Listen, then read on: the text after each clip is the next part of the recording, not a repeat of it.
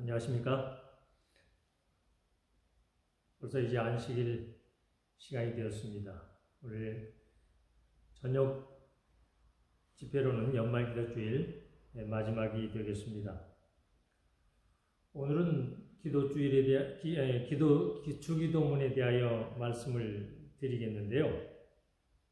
주기도문은 아시는 대로 마태복음 6장 9절부터 13절에 있는 그런 내용입니다.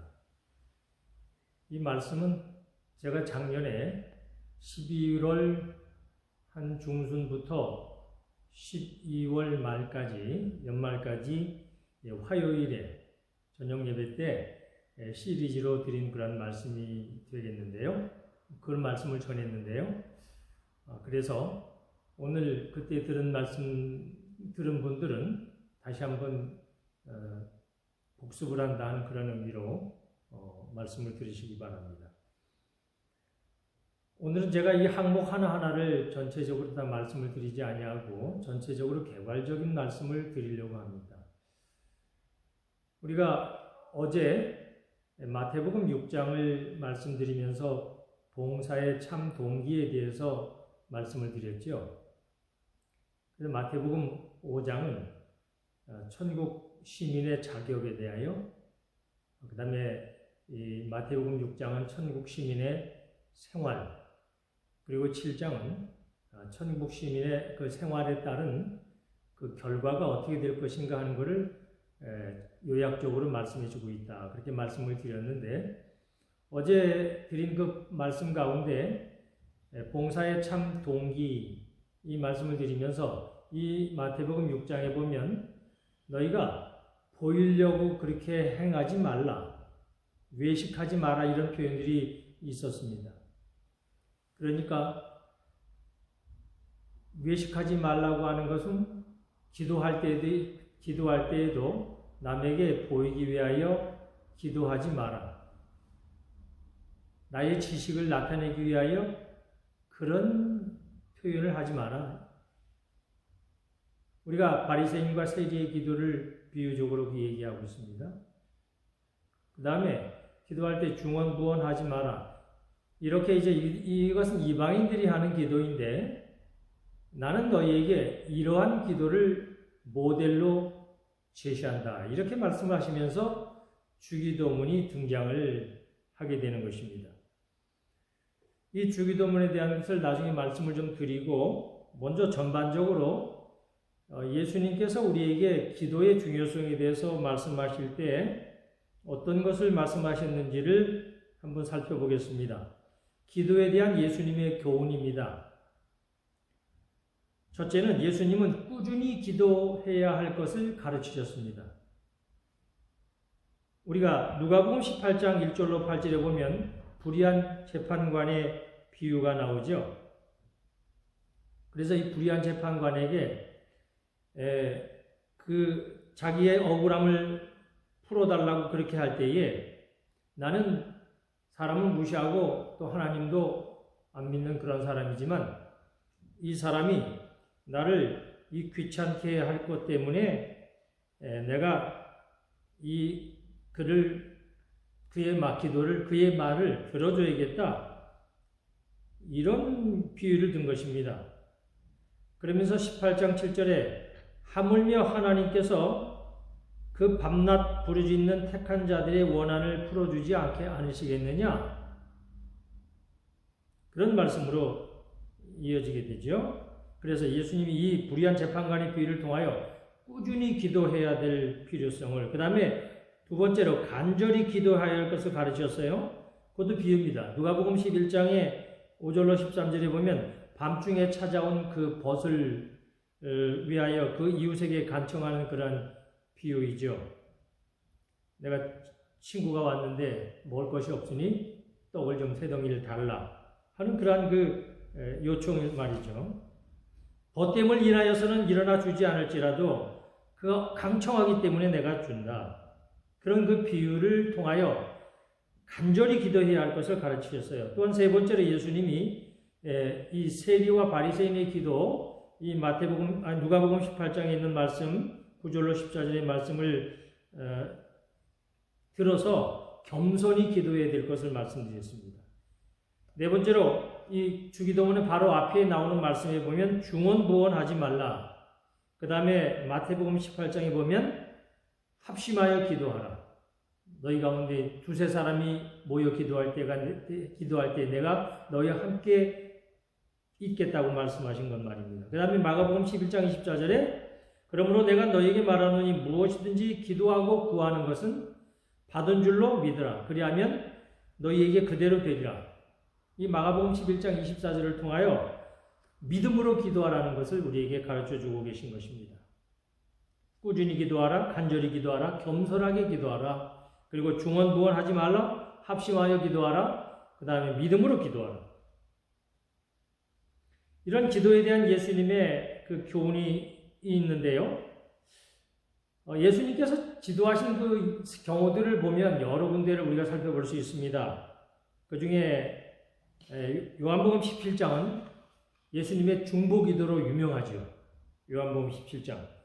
그 다음에 누가복음 22장에 보면 42절 이하에 겟세마네의 피땀 흐르는 기도. 거기 보면 특별히 누가복음 22장 44절에 보면 예수께서 힘쓰고 애써 더욱 간절히, 이 네 가지 표현이 기도라고 하는 그러한 단어 앞에 이 형용적인 단어가 있습니다. 형용사가 힘쓰고 애써 더욱 간절히 기도하시니 땀이 땅에 떨어지는 핏방울 같이 되었다. 예수님의 기도 가운데 또 하나는 그 요한복음 11장에 보면 나사로의 무덤 앞에서의 기도를 우리가 볼 수 있죠. 무덤 앞에서 예수님께서 하늘을 우러러보시고 아버지여 내 말 들으신 것을 감사하나이다. 항상 내 말 들으시는 줄을 내가 알았나이다. 내가 이 말씀을 하옵는 것은 둘러선 무리를 위함이니 곧 아버지께서 나를 보내신 것을 저희로 믿게 하려 함이라. 이 나사로의 무덤 앞에서 기도하셨고요. 그리고 예수님은 십자가에 달려 돌아가시면서 가상칠언 가운데 첫 번째인 누가복음 23장 34절의 말씀에 아버지여 저들의 죄를 용서하여 주옵소서 자기 하는 것을 알지 못함이니이다 하고 기도하는 그런 모습을 우리는 볼 수 있습니다. 이 모든 모습을 통하여 보면 예수님께서 이 땅에 사셨지만은 예수님은 하나님께 기도하고 하나님의 능력을 의지하여서 이 땅에서 당신의 모든 사명을 수행하신 것을 우리에게 가르쳐주고 있는 것입니다. 그래서 예수님께서 우리에게 주시는 이 기도는 이 땅에 사는 사람들에게 그분의 말씀과 능력이 그분의 기도 시간과 연관되어 있다고 하는 것을 가르쳐주고 있는 것이죠. 예수님께서 이렇게 기도를 하셨다면 우리는 얼마나 더 기도를 해야 될까요? 우리가 연말 기도주일을 맞이하면서 또 한 해를 마무리하려고 하는데 우리가 기도하는 시간을 더 다른 때보다 갖지 못한다면 우리의 마음을 하나님께 모두어서 드리는 그 마음의 자세와 그 축복의 그 기회를 얻지 못하는 그런 일이 될 것이라고 생각합니다. 자, 이런 가운데 예수님께서 이제 하신 기도는 그런 기도였지만 예수님께서 가르쳐 주신 기도를 우리가 마태복음 6장 9절로 13절에 있는 말씀을 통하여 우리가 늘 주의 기도문이라고 일컫는 그 말씀을 오늘 말씀드리려고 하는 것입니다. 우리가 있는 본문에 있는 말씀을 다 한번 봉독하겠습니다. 6장 9절입니다. 그러므로 너희는 이렇게 기도하라. 하늘에 계신 우리 아버지여 이름이 거룩히 여김을 받으시오니 나라 임하옵시며 뜻이 하늘에서 이룬 것 같이 땅에서도 이루어지이다. 오늘날 우리에게 일용할 양식을 주옵시고 우리가 우리에게 죄진 자를 사하여 준 것 같이 우리 죄를 사하여 주옵시고 우리를 시험에 들게 하지 마옵시고 다만 악에서 구하옵소서. 나라와 권세와 영광이 아버지께 영원히 있사옵나이다. 아멘. 여러분 이 주기도문은요 2번 가르쳐 주신 기도라고 산상보훈에 자세하게 설명되어 있습니다. 산상보훈 102쪽에 보면 우리의 구주께서는 주의 기도를 2번 가르치셨는데 한 번은 산상설교를 듣던 무리에게 하시고 또 한 번은 그로부터 몇 달 후에 제자들만 있는 데서 하셨다. 그래서 산상설교를 듣던 무리, 그 마태복음 6장 9절로 13절이고요. 그 다음에 두 번째는 제자들만 있을 때의 기록은 누가복음 11장 2절로 4절에 있는 내용은 두 번째 제자들만 있는 데서 말씀하신 그 내용을 얘기하고 있습니다. 예수님은 기도의 모본자이시죠. 그래서 산상복음 102쪽에 예수님의 모습을 이렇게 기록하고 있습니다. 그들은 예수께서 한적한 곳에서 당신의 아버지와 교통하면서 오랜 시간을 보내시는 것을 흔히 목격하였다. 그분은 아침마다 하나님과 더불어 시간을 보낸 후에야 사람들에게 하늘의 빛을 전하기 위해 나가셨다. 제자들은 아까 제가 언급한 말씀도 이 말씀입니다. 제자들은 그분의 말씀과 사업의 능력이 그분의 기도 시간과 관련이 있다고 결론 지었다. 그러므로 고아들의 아버지라고 하는 조지 밀러가 그렇게 수많은 기도하고 또한 그 기도의 응답을 받고 그랬던 그 모든 이야기라든지 마틴 루터가 하루에 4시간을 그는 기도하는 시간으로 보냈다든지 이러한 이 모든 내용들은 예수님께서 이 말씀과 사업의 능력이 그분의 기도의 시간과 관련이 있다고 제자들이 그 당시에 이해를 하고 그렇게 결론을 지었다고 하는 그러한 그 이해력을 우리도 동일하게 가졌으면 좋겠다는 생각이 듭니다. 그러므로 우리가 이 세상에 살아갈 때에 다른 모든 것들이 있지만 그야말로 하나님 앞에 기도 열심히 하는 그 사람의 그 능력이나 그 사람의 그 영적인 모습은 우리가 당해낼 길이 없는 것입니다. 어제 제가 우리 부목자님과 우리 목회자의 아버님 되시는 이건기 장로님이라는 분이 돌아가셔서 장례식에 갔다 왔습니다. 또 그 전에 또 우리 김은영 성도의 시아버님 되시는 복명근 어르신이 87세로 잠드셔서 거기도 장례식에 갔다 왔고 또 다시 우리 삼육서울병원에 90세를 향수하시고 돌아가신 이건기 장로님, 그 장로님 빈소에 다녀왔는데 그 장로님이 아들이 5인데 그 중에 첫째 아들만 빼고 4아들이 전부 다 목회를 하는데 다 서중한 앞에서 목회를 했어요. 한 목사, 그 중에 한 아드님은 목회를 하다가 이제 카나다로 가셨지만, 가서 거기서 이제 목회를 하셨지만은요. 그래서 우리가 서중한 앞에서 아는 그 이정호, 이경호, 이기호, 이태호 이 목사님들이 다 이건기 장로님의 아드님입니다. 근데 그 장로님 빈소 앞에 있는 성경을 보니까 성경이 빼곡하게 글씨를 썼고 그리고 그 아드님 말씀드리니까 늘 하나님 앞에 기도하는 그러한 모습이고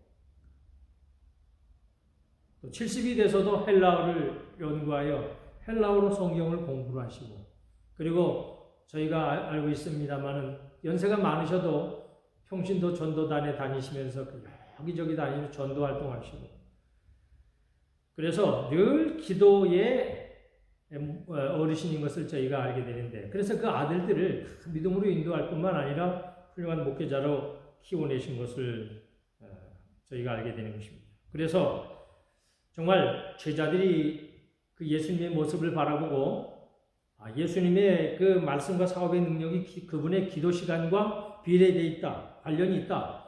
이렇게 제자들이 깨달은 것처럼 우리는 또한 그러한 그 장로님의 모습을 통해서도 그 자녀들의 모습을 통해서도 우리가 깨닫게 되는 것이죠. 마태복음 6장 9절로 13절의 이 주기도문을 우리가 기억을 할 때에 기억하기 위하여 이해하기 위하여 크게 세 가지로 구성되어 있다 이렇게 이해하시면 됩니다. 첫 번째가 이제 기도의 대상을 부르는 것이 하늘에 계신 우리 아버지요.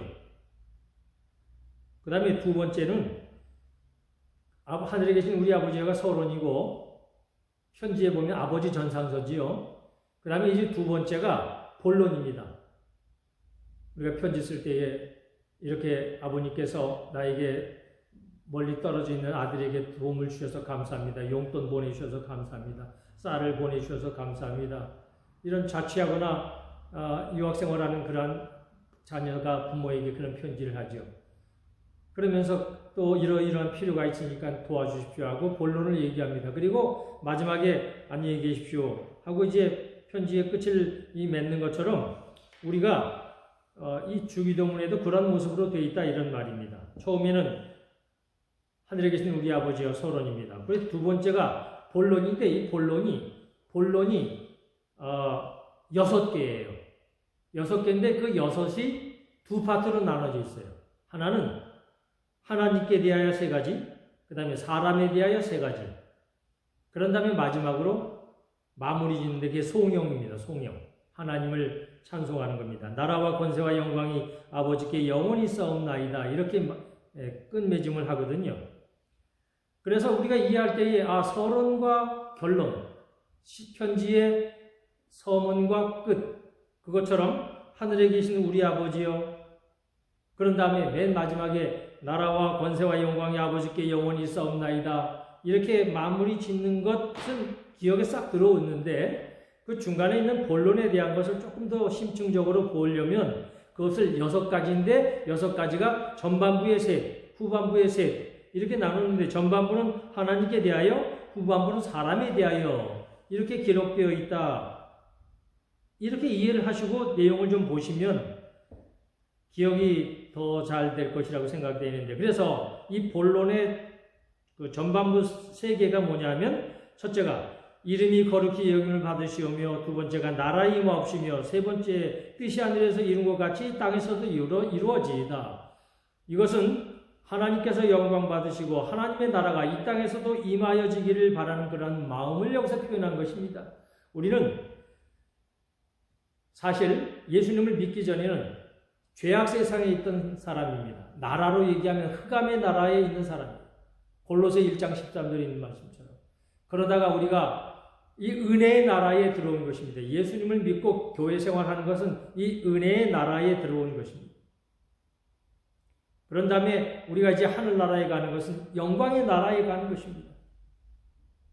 그래서 우리는 이 땅에 살면서 장차 하늘나라에 갈 사람이지만 우리가 이 산상보훈을 공부하는 것도 하늘나라에 그 하늘 천국에 갈 사람들이지만 그 천국을 이 땅에 임하게 하여 이 땅에서 하나님의 나라의 그 원칙을 실현하면서 살아가는 그러한 사람들로 즉 영광의 왕국에 갈 사람들이 은혜의 왕국에 살아가면서 지킬 그러한 그리스도인의 삶의 그 모습들을 오늘 이 산상보훈을 통하여 배우게 되는 것이죠.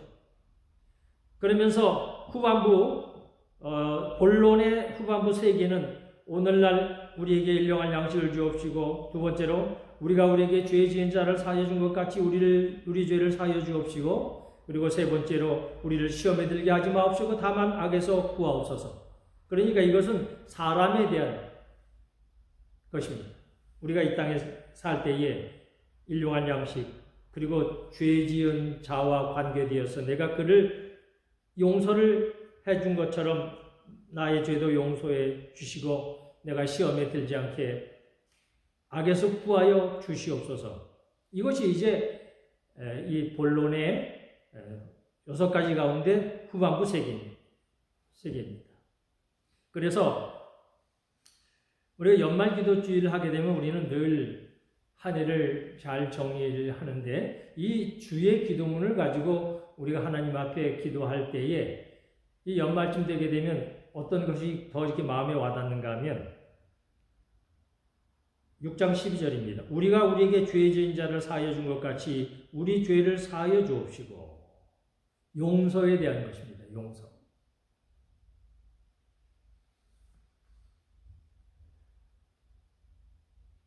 누가복음 11장 4절에도 우리가 우리에게 죄 지은 모든 사람을 용서하오니 우리 죄도 사하여 주옵시고, 그렇게 이 주기도문을 제자들에게 두 번째 반복해서 가르치실 때에 나온 말씀입니다. 여기 산상보원에 있는 말씀이 읽어보면 굉장히 은혜가 됩니다. 여러분 여기 보시면 이런 말씀이 있어요. 예수께서는 우리가 다른 사람을 용서해 줄 때만 하나님께 용서를 받을 수 있다고 가르치신다.